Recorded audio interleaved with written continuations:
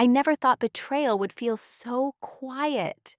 No slamming doors, no raised voices, just the ticking of the kitchen clock and the sound of my breath catching in my throat. I stood in the middle of our perfect designer kitchen, the marble counter still littered with the remains of last night's anniversary dinner. Two wine glasses, one still half full, a candle, burned down to the base, and the envelope, that damn envelope. My hands were shaking as I picked it up again, reading the words for the 100th time. For Harper, you deserve to know the truth. It wasn't even signed, but it didn't need to be. The photos inside said enough. My husband, Michael, in a hotel lobby I didn't recognize, his hand resting on the back of a woman I did. A woman who was supposed to be my best friend, Chloe. Of course it was Chloe, perfect Chloe, with her effortless beauty and flirtatious laugh. Chloe, who had stood next to me at my wedding. Chloe, who held my hand through my miscarriage and whispered, "I'll never leave you." Liar. I dropped the envelope, watching it fall like something dead. The rage came slow, like ink spreading in water. Not hot and wild like I expected, but cold, surgical. I'd always thought I'd be a screamer, that if I ever found out he cheated, I'd throw his things out the window and key his car and scream until the neighbors came running. But all I did was stand there, frozen, empty. I don't remember walking upstairs. I only remember the feeling of the carpet under my bare feet, the strange weightlessness of my body as I opened the closet and started pulling his clothes off the hangers. I packed them into a single suitcase. No folding, just shoving. One shirt still smelled like my perfume. That hurt the most. By the time he walked through the door, tie loosened, hair perfectly out of place like always, I was sitting on the couch with the suitcase at my feet and the envelope in my lap. He froze. "Harper?" he asked, voice careful, controlled. I looked up slowly. "Don't," I said. He glanced at the suitcase, at the envelope. His face didn't crumple, didn't twist with guilt. It just closed, like a door slamming shut inside him. He didn't ask how I knew. He didn't beg. He just let out a long breath, like he'd been waiting for this moment. Like part of him was relieved. That broke me more than the betrayal. He stepped forward. "Can we talk?" I stood. "Number you can leave." A flicker of hesitation. "I never meant to hurt you." I laughed, sharp and humorless. "You didn't just hurt me, you hollowed me out." He didn't respond, just nodded, picked up the suitcase, and walked back out the door. No fight, no apology, just silence. And then I was alone, for the first time in 7 years. The thing no one tells you about betrayal is that the worst part isn't the moment it happens. It's the silence after, the days where nothing happens and everything does. The way your body goes through the motions, shower, coffee, emails, while your mind keeps screaming, "This wasn't supposed to happen." I spent the first 48 hours in my house like it was a crime scene. Every room held a memory. Every object became a witness. The kitchen? That's where Michael and I used to cook together on Sundays, barefoot, drunk on cheap wine and bad music. The couch? That's where we planned our trip to Santorini we never took. The bed? Don't even ask. By the third day, I started throwing things away. Not out of rage, just survival. The mugs he bought in Florence, the hoodie I used to sleep in, the bottle of cologne I'd once described as what safety smells like. Gone. I was rewriting the story of my life in real time. And then, on day 5, Chloe had the audacity to text me. "Chloe, can we talk?" I stared at the screen for a long time. My thumb hovered over the keyboard. Me. Talk to a wall. I threw my phone across the bed and didn't look at it again until morning. The next thing I knew, I was at Emma's apartment, sitting on her tiny balcony in an oversized hoodie and sunglasses, holding a mug of coffee I hadn't even tasted. Emma was the only person I trusted to see me like that. Raw, unfiltered, cracked down the middle. She passed me a croissant and waited. I broke it in half but didn't eat. She was my best friend, I said. I know, Emma replied softly. He was my husband. She nodded. I should have seen it coming. No, she said, he should have loved you better. That sentence undid me. I closed my eyes and let the tears fall silently behind the sunglasses. I didn't sob. I didn't shake. I just leaked. Emma didn't say anything else. She just sat with me, warm and steady. When I finally spoke again, my voice was cold. I want to do something, I said. Like what? I don't know, something that hurts. She looked at me carefully. Revenge? I hesitated. Maybe? She took a sip of her coffee. Then do it right. What do you mean? Don't just burn it all down. Build something from the ashes. That night, I couldn't sleep. My brain was a slideshow of betrayal. Michael's hand on her waist, Chloe's laugh, that envelope, that suitcase, that stupid scent of cologne I couldn't forget. So I opened my laptop, and I started writing. Not a diary, not some mopey journal, a plan. I created a new folder. Title, The Rewrite. Inside it, I wrote the first line. You don't get to break me and walk away unscathed. By morning, I had 5 pages. Names, places, pressure points. Because Michael wasn't just my husband. He was a financial advisor, a partner in a boutique firm known for handling wealthy clients with messy secrets. And Chloe? She was the one who referred most of them. It had always bothered me how tight they were, how quickly she defended him when we fought, how she always said, he's under a lot of pressure. Now I saw it for what it was. Grooming, distraction, gaslighting with a smile. But the deeper I dug, the more I realized something worse. Michael wasn't just cheating on me with Chloe. They were working together, skimming from clients, covering up bad investments, shifting blame. I found an email trail, careless, hidden in a shared cloud folder Michael thought I never accessed. The betrayal wasn't personal, it was professional, financial, criminal. By week's end, I had everything I needed. Emails, transfers, recorded phone calls, screenshots. And I wasn't going to the police. Not yet. Because what's the fun in letting the system handle it? I wanted them to feel the unraveling, the way I had. Not all at once, but piece by piece. The first rule of revenge? Make it look like justice. I didn't want drama. I wanted dismantling, quiet, strategic, the kind that leaves your enemies looking around, wondering when the ground beneath them started to crack. I started with Chloe, because she was the easier target, because I knew her flaws, her tells, her weak spots, and because watching her squirm would be a warm-up for Michael. She was still running her influencer branding agency, still posting recycled quotes about self-love and empowerment while sleeping with her best friend's husband. Her hypocrisy made me nauseous, so I did what she'd never expect. I complimented her. I made a burner Instagram account.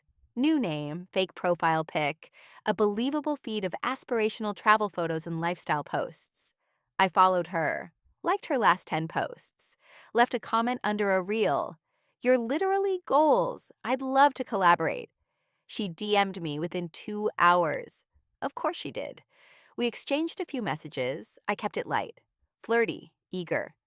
Then I mentioned that I worked with a PR firm in LA that was scouting authentic female-led brands for a new wellness campaign. I dropped a few buzzwords: organic, women-owned, West Coast, investment. I offered her a call. She bit. The call was short, 10 minutes on Zoom. I used a voice filter and a background blur. I wore a wig and oversized sunglasses just in case. I spoke with confidence. I told her how much potential her brand had, how I believed in her. She glowed. And when I told her I'd be flying to New York for an investor brunch next week, she practically offered to host it. I could have ended it there, but that would have been too kind. So I had someone else show up in my place. Not just anyone. A friend of mine, Annika, an ex-PI with a smile like sunshine and a moral compass as flexible as mine had become. She went in pretending to be my assistant, carrying a branded folder filled with fake pitch decks and even faker investment numbers.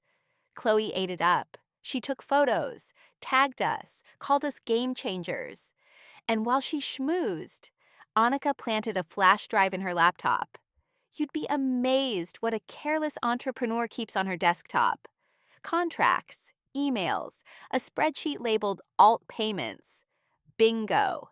Turns out Chloe had been funneling consulting fees through ghost accounts, taking kickbacks from influencers she secured sponsorships for. She was double dipping, undisclosed, possibly illegal. The receipts were delicious. I didn't publish them. Not yet. I just sent them anonymously to one of her biggest brand partners with the subject line, "Thought you should know who you're working with." It didn't take long. 3 days later, Chloe posted a teary-eyed video on Instagram. Something about misunderstandings and legal clarification, and how haters will always try to dim your light. The comments exploded. I watched it in my kitchen while making tea. I didn't smile. Not yet, because this was just the appetizer. Michael was the entree. He was harder to touch, more paranoid, more protected, but not invincible, especially not once I started talking to Sarah. Sarah was Michael's assistant, 27, sharp, overworked, underpaid, and deeply loyal to her own future. I met her for coffee, casual, friendly, off the record. "I just wanted to clear the air," I said, after the divorce. She gave me a polite smile, stiff as cardboard. "Of course." "I know he must have told you things about me," I continued, "that I was unstable, paranoid, over-emotional." She blinked. That was a yes. I leaned in. "I'm not here to defend myself. I'm here to offer you something better." She tilted her head, wary now. "Better how?" "Better job, better boss, better future." That got her attention. I laid it out clean. I had money, I had connections, I had a plan, and I needed someone on the inside, not to spy, just to pass along things I already knew, confirmations, signatures, patterns, nothing illegal. She hesitated, so I showed her what Chloe had done. Then I showed her a single screenshot of Michael's private WhatsApp message, calling Sarah expendable. Her jaw tightened, and that was it. She agreed. The next week, Sarah started sending me innocuous little tidbits: call logs, client meetings, deleted calendar entries. One of those meetings stood out: a lunch with a guy named Nathan Cordes, a name I remembered from years ago. Michael once referred to him as the kind of guy you want on your side when things get dirty. So I looked him up. Shell companies, real estate deals that didn't add up, a history of lawsuits that always seemed to vanish. I wasn't just dealing with betrayal anymore. I was dealing with corruption. And I'd walked right into its beating heart. You can only keep your composure so long before the cracks begin to show. And mine were spreading. Fast. I sat on my balcony one night, glass of wine in hand, watching the city pulse in gold and red below. It was late. The kind of late where the streets hummed with half-dreams and regrets. And I couldn't stop thinking about Michael. How calm he'd seemed in court. How smug. How utterly convinced that he'd won. That he'd buried me. But the thing about burying a woman like me? You better pray she doesn't learn how to grow in the dark. And I had. Sarah's latest intel confirmed what I'd started to suspect. Michael wasn't just protecting himself. He was protecting something bigger, something riskier, something that could bring down more than just his public image. He was laundering money through a charity, the same charity he founded in my name. That was the final insult. I had helped him build it. The gala events, the corporate sponsors, the media coverage, the emotional appeal. I'd told my story to strangers, opened old wounds for public sympathy, and all while he siphoned donations into shell companies. I felt sick, not just because of the betrayal, but because I'd been complicit, unknowingly. I had smiled through speeches, thanked people, held babies, posed for press, and he'd used every second of it. It was time to end this. Sophie was the first person I told. She showed up the next morning with coffee and a grim expression. "You sure you want to take this public?" "He used my name," I said. "He stole my voice." She nodded slowly. "Then let's burn it down." We mapped it out. We couldn't just post it online. It'd get buried in gossip and speculation. We needed something undeniable, professional, legal. We contacted a journalist I trusted, Amira Stone. She was sharp, fair, and fearless, the kind of woman who made truth her weapon. I sent her everything: bank statements, tax filings, photos, internal memos Sarah had pulled.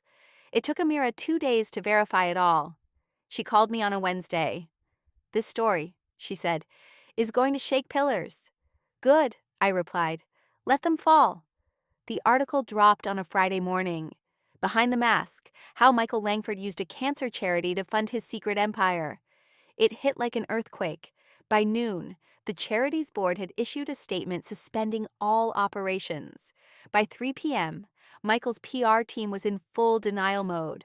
By 6, Amira's piece had been picked up by 2 national outlets. And by 10 p.m., Michael was trending on Twitter, for all the wrong reasons. I watched it unfold from my kitchen counter, phone buzzing every few seconds.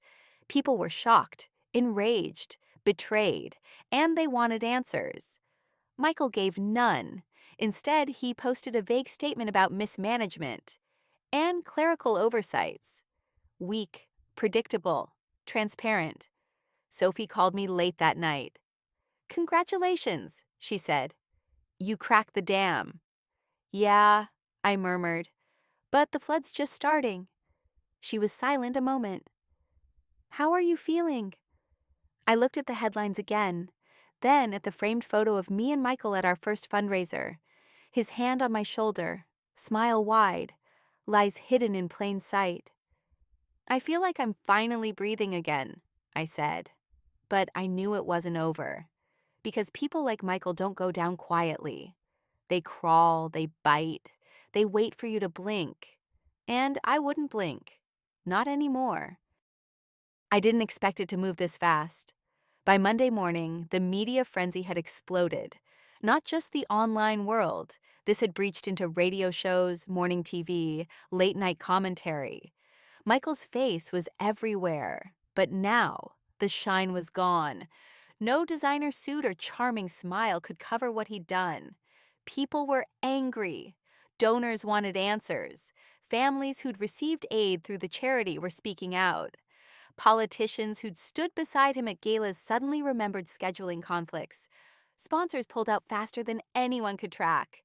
And I was watching it all unfold from a safe distance. Or so I thought. The knock on my door came at 9:42 a.m.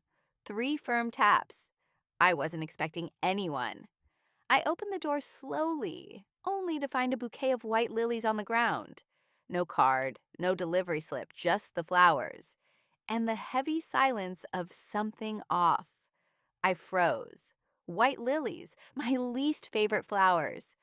Michael knew that. I didn't touch them. I stepped back, heart racing, and called Sophie.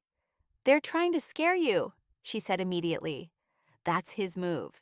Intimidation dressed as civility. What do I do? "You document everything," she said. "Take photos, get cameras installed, let them know you're not afraid." But I was. Not of him showing up. No. Michael wasn't the break your door down kind of monster. He was worse. He made you feel like you were the one unraveling. He made the world doubt you with a smile and a calm voice. Gaslighting. Weaponized. Still, I didn't stop. I went to the police station that afternoon and filed a report. They logged it. Suspicious delivery? No fingerprints, no footage, no follow-up. Classic. But the act of reporting it made me feel less helpless. That night, I emailed Amira. She replied within minutes. "We're running a follow-up. I need a quote." I typed and deleted 10 replies before settling on the truth. This was never about revenge. This is about integrity. About saying, No more. She published it the next day, and my words echoed back to me through retweets, blog posts, even protest signs. No more. It became a movement. People stepped forward with their own stories, small lies, unpaid invoices, broken promises from Michael's empire. The man had built an entire identity on careful deceit, and now the seams were coming undone. Then, a letter arrived at my office. Real envelope, real paper. It was from a woman named Elise Monroe. She was a former assistant of Michael's, quiet, sharp, invisible in all the right ways. And she'd kept records, copies of everything, expense reports, voicemails, even a backup of his private email inbox. She offered to meet. We met at a cafe on the east side, one of those small spots with good coffee and bad lighting. She looked nervous, her hands trembling slightly as she slid a USB across the table. This has everything, she said. I don't know why I kept it. Maybe I just knew one day someone would need it. I reached out, covering her hand. Thank you. You did the right thing. Just don't let him silence you, she whispered. He's done it before. Back home, I plugged in the drive and froze. Emails, hundreds, deals, payoffs, internal memos where he mocked people he'd publicly praised. One, in particular, stood out. Harper is good PR, tragic enough to soften me, strong enough to distract them. It was dated 3 weeks before our wedding. I stared at the words until they blurred. I wasn't his partner. I was his pawn. But not anymore. With this new evidence, Amira prepared the final article, a full exposé. Not just about the fraud, but about the manipulation, the human damage. We scheduled a press conference. I would speak, out loud, on camera, for the first time. Sophie came over the night before. We sat in silence, watching the city lights blink in slow rhythm. She poured wine, handed me a glass, and said nothing. That's why I loved her. She didn't try to fix it. She just let me be. Eventually, I said, "What if I choke tomorrow?" "You won't," she said simply, "because this is yours now, not his." I nodded. "I'm just tired." She smiled. "Then let's end this. For good." I stood behind the curtain, fingers trembling slightly as I held the microphone in my hand. My reflection stared back at me in the small mirror, cool, composed, but only just. My stomach churned like a storm was brewing. 2 minutes, a voice said behind me. I nodded. The auditorium wasn't packed, but it didn't have to be. The room was lined with cameras, all aimed at the podium where I would speak. News outlets, independent journalists, a few bloggers. Enough eyes to send a message. Sophie stood beside me, clipboard in hand, eyes calm and sharp. "You've got this," she whispered. I wasn't so sure. I'd practiced my statement over and over again in the mirror. But now, the words felt foreign in my mouth. My story was so raw, so tangled in emotion, that I wasn't sure if I could separate the truth from the pain long enough to speak clearly. Then the signal came. The red light. The nod. It was time. I stepped into the light. Flashbulbs clicked. A few whispers fluttered through the air. I took a breath. "My name is Harper Lane," I began, "and I was engaged to Michael Cross." Dead silence. "I'm not here today to relive heartbreak. I'm here because the man I once loved built an empire on lies. He misled investors, he manipulated public trust, and he used me, his partner, his fiancée, as a shield to hide behind." My voice caught just slightly. I powered through. For months, I've held back. I told myself I didn't want revenge, that I just wanted peace. But the truth is, peace doesn't come from silence. It comes from truth. And today, I'm done being quiet. I held up the folder in my hand. Inside are documents, financial statements, emails, proof of the manipulation, the fraud, the cover-ups. All of it has been turned over to the authorities. I glanced up, locking eyes with the cameras. "If you believed in him, I understand. I did too. He was convincing, charming, calculated. But charm isn't character, and smiles don't equal honesty. I paused, let it sink in. I'm not perfect. I overlook things I shouldn't have. I ignored red flags because I wanted to believe in something bigger, in love, in legacy, but I won't ignore them anymore. There was a hush in the room, the kind that makes your skin prickle. I stand here today not as a victim, but as a witness, and I will not let him rewrite the story. Applause broke out. It was hesitant at first, then louder, a wave of it crashing over me. I blinked hard to hold back tears, and then I walked off stage. Sophie met me with a hug, pulling me close. "You did it," she whispered. "You were perfect." But it didn't feel like triumph. It felt like release, like setting fire to the last bridge behind you. Later that evening, I sat alone in my apartment, still in my blazer, the microphone's weight now replaced by the weight of finality. Then the phone rang. Block number. I let it go to voicemail. It buzzed again. I picked up. Silence. Then a voice I knew too well. "You think this is over?" I didn't answer. "I gave you everything," Michael said. "And you just threw it away?" "I gave you my trust," I said calmly. "And you shattered it." He laughed bitterly. "You don't know what you've started." "Actually," I said, "I do. And I'm not scared of you anymore." Click. I sat still, heart hammering. He wouldn't go down without a fight, but neither would I. The next morning, the headlines hit.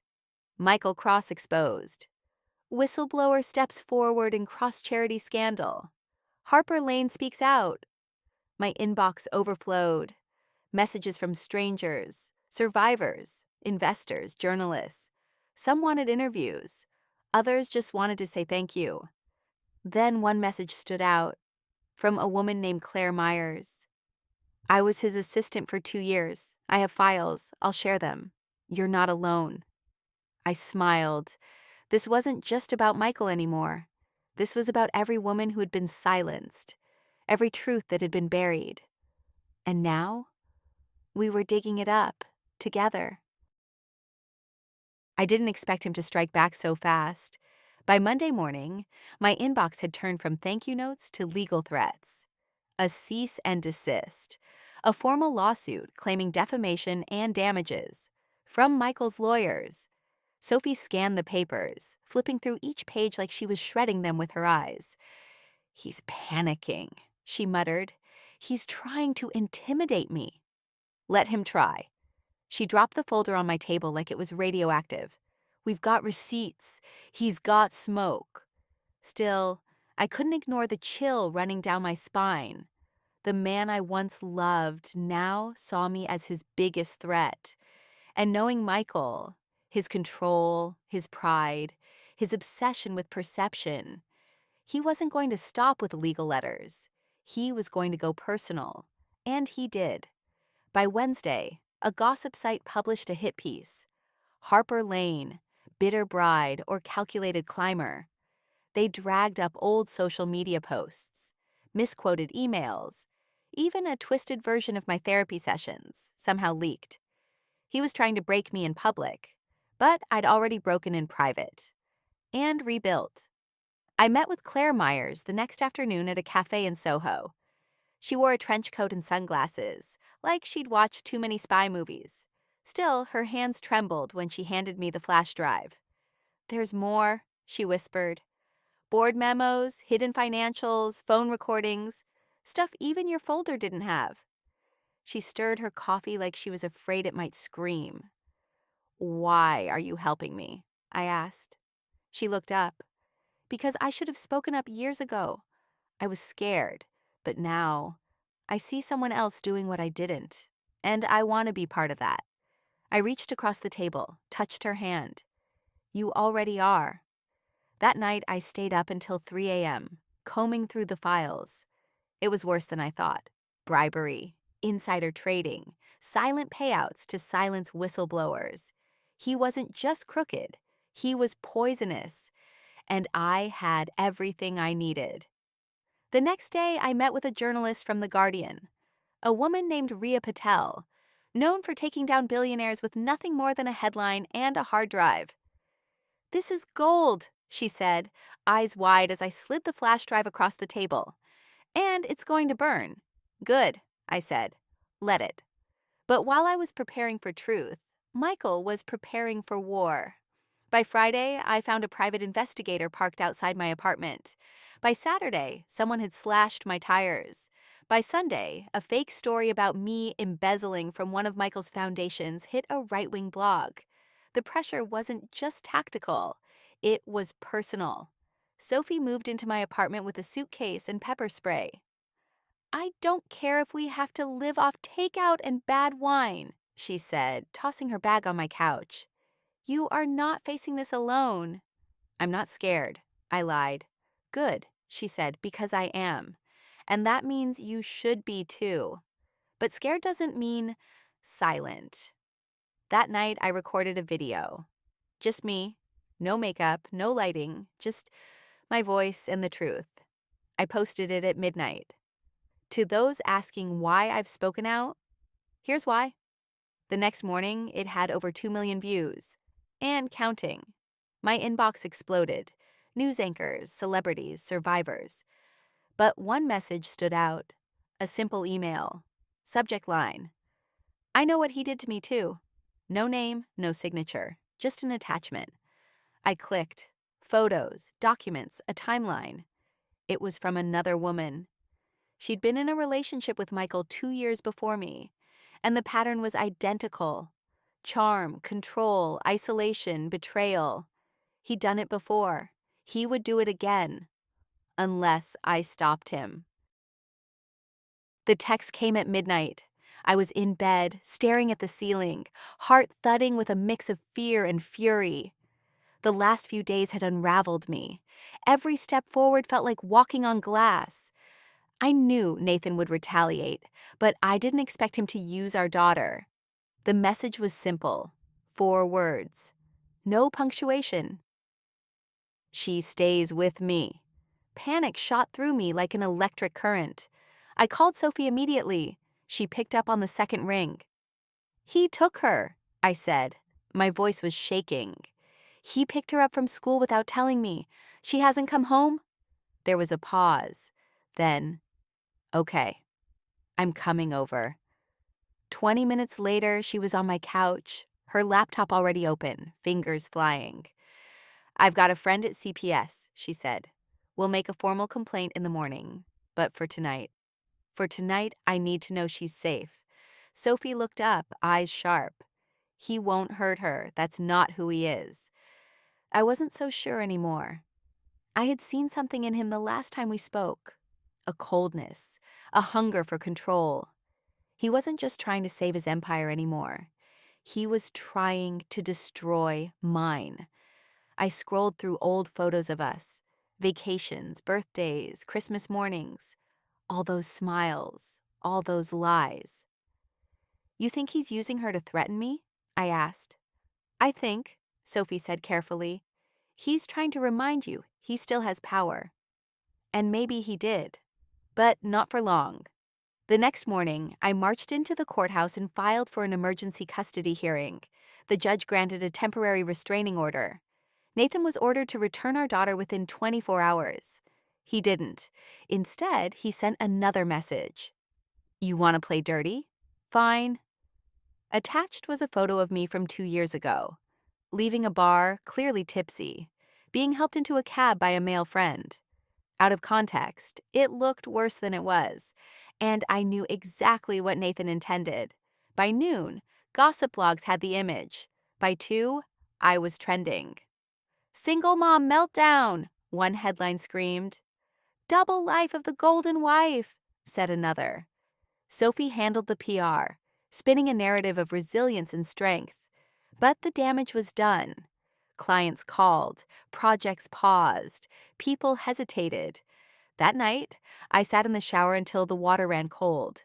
Then I got up, and I started fighting back. I leaked a single email.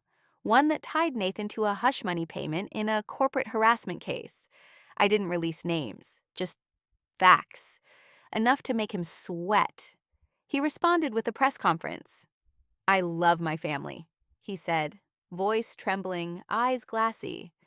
"I've made mistakes, but I've always tried to protect them." It was performance art. Nothing more, but it worked. The court of public opinion tilted back in his favor, for a moment, until a woman came forward, then another, then two more. Sophie and I didn't have to do anything. The truth had its own momentum. By the end of the week, Nathan was suspended from the board of Heart and Vale. His assets were frozen. Investigations launched. And finally, he called me. His voice was flat, hollow. "I never thought you'd take it this far." "You took my daughter," I said. He was quiet for a long moment. Then, "She's coming home tomorrow." "She'd better." "I loved you, you know."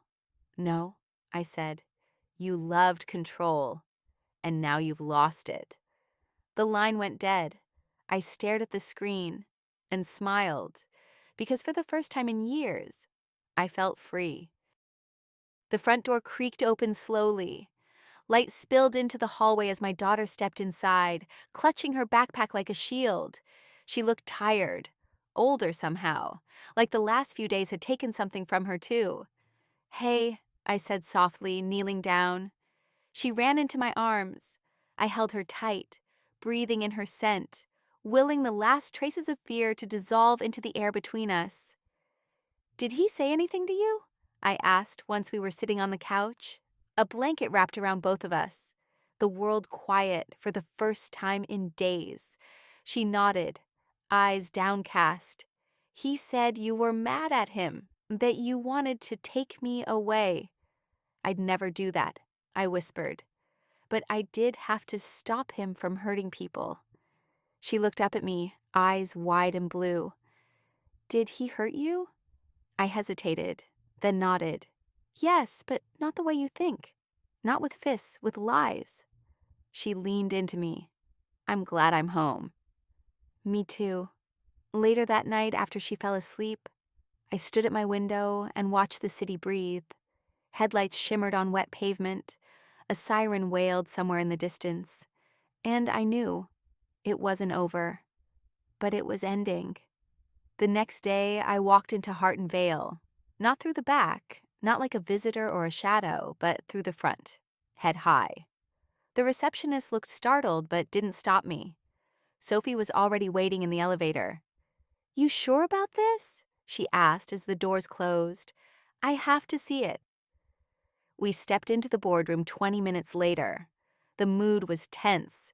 8 directors, cold eyes, some loyal to Nathan, others no longer sure. "Ms. Harper," one of them said, gesturing to a chair. I didn't sit. Instead, I pulled out the final piece of evidence. A recorded phone call between Nathan and his CFO, detailing off-book transfers and intimidation tactics. Their expressions shifted from bored to horrified. "This," I said, pressing play, "is what he was willing to do. To me, to this company, to you." The recording ended. Silence, then murmurs. A vote was called, unanimous. Nathan Cole was removed as CEO and stripped of all voting shares. Sophie turned to me as we left the building. "You just took down one of the most powerful men in the city." "No," I said. "He took himself down. I just showed the world the truth." 2 weeks passed. The headlines faded, the chaos quieted, and I began to rebuild. I launched my own consulting firm, small but honest. Sophie came on as a partner. Our first client was a startup run by 3 women who'd been burned before, just like me. The work was good, the days were long, but my heart felt whole. One evening, I opened my mailbox and found a letter. No return address, just one line inside. "You won." I didn't recognize the handwriting. Maybe it was Nathan, maybe not. It didn't matter, because I didn't need a trophy. I had peace. Real peace. Not the fragile performative kind I used to fake in photos and parties. but the kind that comes after surviving a storm and knowing the sky belongs to you now. I sat on the balcony that night with a glass of wine, the city lights flickering below, and thought of everything I'd lost and gained. My name had been dragged through the mud, my trust shattered, my world burned down, but I was still standing, stronger, wiser, unbreakable. And somewhere out there, Nathan Cole was watching it all crumble. Good, let him watch, because Harper didn't just survive the fire, she walked out of it glowing,